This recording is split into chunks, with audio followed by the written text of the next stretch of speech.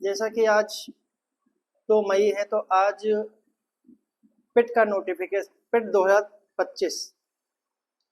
2025 का भी नोटिफिकेशन आज आ गया है। पिट 2025 का नोटिफिकेशन जो है वो आज आ गया है, जिसमें 14 मई से ऑनलाइन आवेदन शुरू किए जाएंगे। ठीक है, और इस बार पिट की वैलिडिटी जो है वो 3 साल होगी। ठीक है, तो ये एक सूचना है कि पिट की जो नोटिफिकेशन है वो आ गया है और पिट की वैलिडिटी जो है वो अगले 3 साल तक वैलिड रहेगी।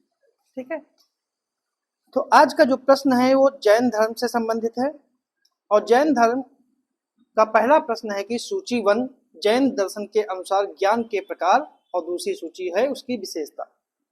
कि मत ज्ञान किसे कहते हैं, श्रुत ज्ञान किसे कहते हैं, अविज्ञान किसे कहते हैं और कैवल्य ज्ञान किसे कहते हैं।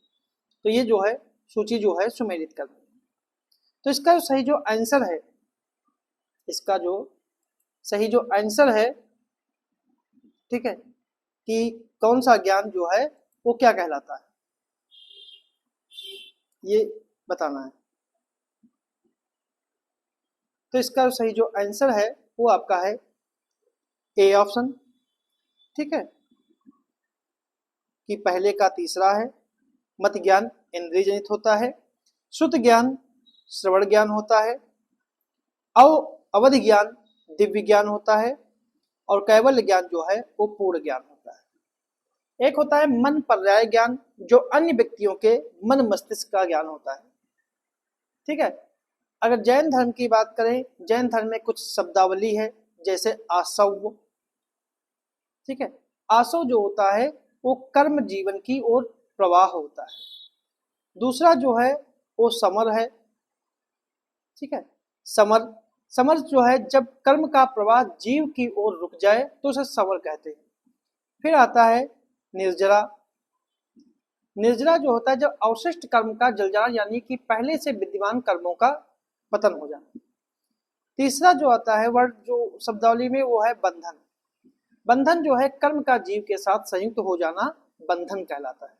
लेकिन सही जो आंसर है वो इसका ए ऑप्शन है। अगला प्रश्न है, सूची 1 और सूची 2 को सम्मिलित करना है। ऋषि और उनका प्रतीक।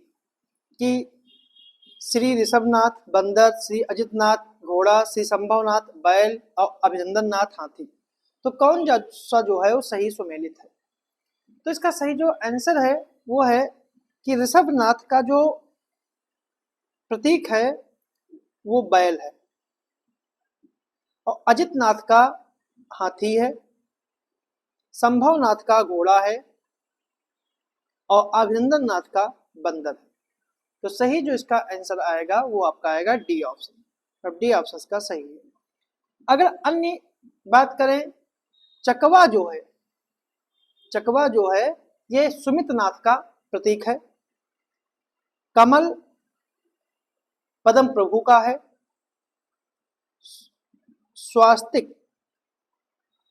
स्वास्तिक जो है वो सुपार्श्वनाथ का है, चंद्रमा जो है वो चंद्र प्रभु का है, मगर जो है वो पुष्पदंत का है, कल्प वृक्ष जो है, ठीक है, ये शीतलनाथ का है, गैंडा जो है ये श्रेयांसनाथ का है और भैंसा जो है वो वासुपूज्य का है। अगला प्रश्न है, निम्नलिखित युग्मों विचार कीजिए जैन तीर्थकर और उनके प्रतीक। कि विमलनाथ का सेही, धर्मनाथ का हिरण, कुंठनाथ का बकरा और अरहनाथ का मछली। तो इनमें कितने युग्म सुमेलित है? केवल 1, केवल 2, 3 या फिर 4। तो जो इसका सही जो आंसर है वो आपका है बी ऑप्शन, इसके 2 युग्म सुमेलित है। क्योंकि विमलनाथ का जो है वो से ही नहीं है, विमलनाथ का सूकर है। धर्मनाथ का हिरण नहीं है, धर्मनाथ का वज्रदंड है, वज्रदंड है।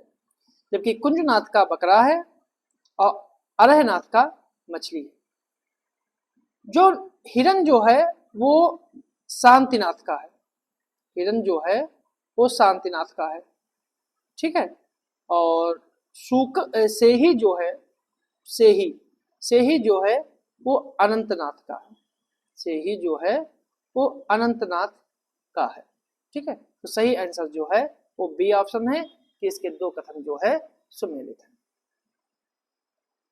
अगला प्रश्न है सूची 1 और सूची 2 को सुमेलित कीजिए कि किसको ज्ञान कहाँ मिला, मतलब कि महावीर स्वामी का पहला उपदेश माउंट आबू, दिलवाड़ा का जैन मंदिर कैलाश पर्वत, ऋषभ देव का शरीर त्याग विप्रांचल पर्वत और पार्श्वनाथ का शरीर त्याग सम्मेत पर्वत। तो कौन सा जो है वो सही सुमेलित है?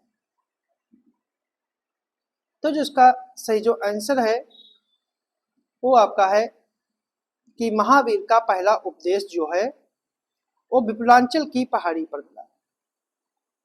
दिलवाड़ा का जैन मंदिर जो है वो माउंट आबू पर है।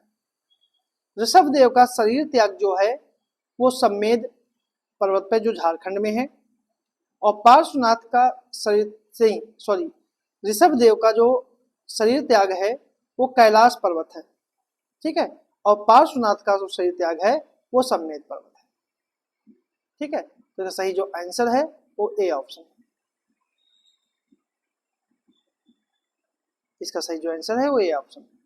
अगला प्रश्न है निम्नलिखित कथनों पर विचार करें कि यह सभा 322 ईसा पूर्व में पाटलिपुत्र में भद्रबाहु की अध्यक्षता में हुई थी और यह संगीत मौर्य शासक अशोक के शासन काल में हुई थी। तो कौन सा कथन सही है? एक और दो दोनों, ना तो एक ना ही दो, केवल दो या फिर केवल एक। तो जो इसका सही जो आंसर है, ठीक है, तो जो इसका सही जो आंसर है वो आपका है ना तो एक ना ही दो।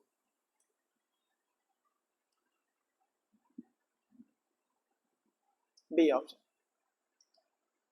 फिर यह कथन जो है वो पहली जैन संगीत के बारे में है और यह 322 ईसा पूर्व पाटलिपुत्र में भद्रबाहु नहीं स्थूल भद्र की अध्यक्षता में हुई थी, स्थूल भद्र की अध्यक्षता में हुई थी।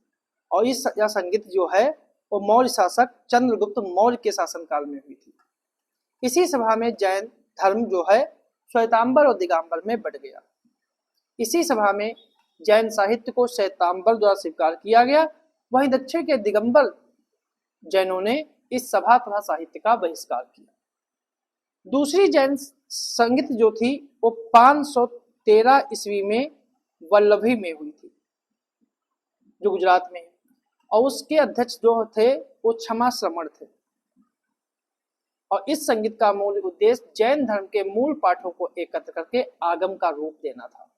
इसमें जैन आगम को अंतिम रूप से अर्धमगधी भाषा में संकलित करके उन्हें लिपिबद्ध किया गया था।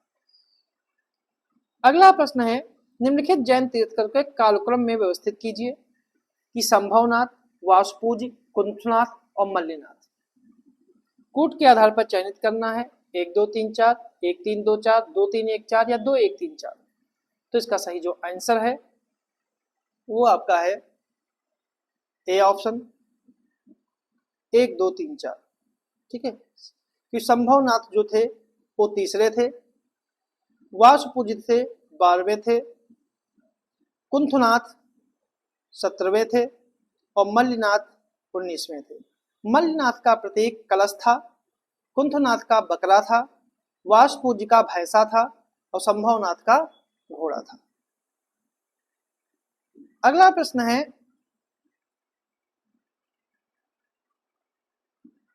तो ये थे हमारे आज के कुछ प्रश्न जैन धर्म से संबंधित।